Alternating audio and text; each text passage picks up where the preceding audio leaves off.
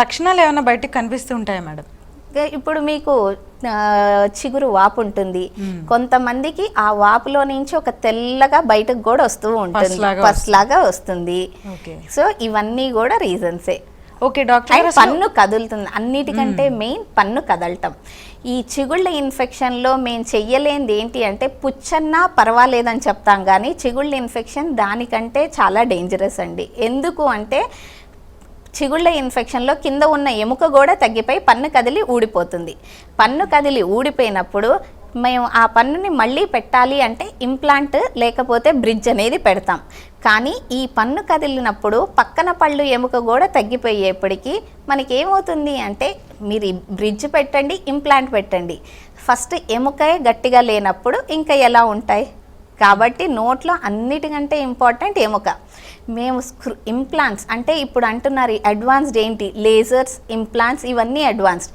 మేము ఇంప్లాంట్ పెట్టాలన్నా కింద కావాల్సింది ఫస్ట్ బోన్. ఆ బోన్ ఉండాలి అంటే gum health and bone health is more important. అది చిగుళ్ళకి సంబంధించింది. బట్ యూజువలీ ఏముందిలే చిన్న బ్లీడింగే కదా, కొంచెమే వాసన వస్తుంది కదా అన్నట్టు వదిలేస్తారు.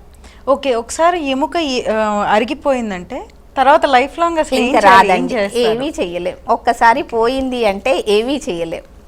అందుకే ఉన్నప్పుడు కాపాడుకోవాలి. Dental they tell it's expensive, but when it becomes expensive, when you neglect it becomes expensive. ఎందుకు అంటే క్లీనింగ్తో అయిపోయేది నాకేం ప్రాబ్లం లేదని వదులుతారు. అప్పుడు అది ఏమవుతుంది, ఫ్లాప్ సర్జరీ క్యూరేటేజ్కి అవుతుంది. అప్పుడు మీకు మనీ, టైం, ఎనర్జీ అన్నీ పెరిగాయి తప్పితే ఏదీ తగ్గలేదు.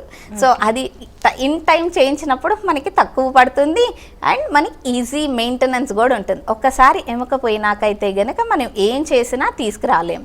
అందుకే అలాంటి పేషెంట్స్లో ఇంప్లాంట్స్ వేయాలి అన్నా కూడా ప్రతి ఒక్కటి బోన్ ఉందా లేదా అని చెక్ చేసుకునే వేయగలుగుతాం.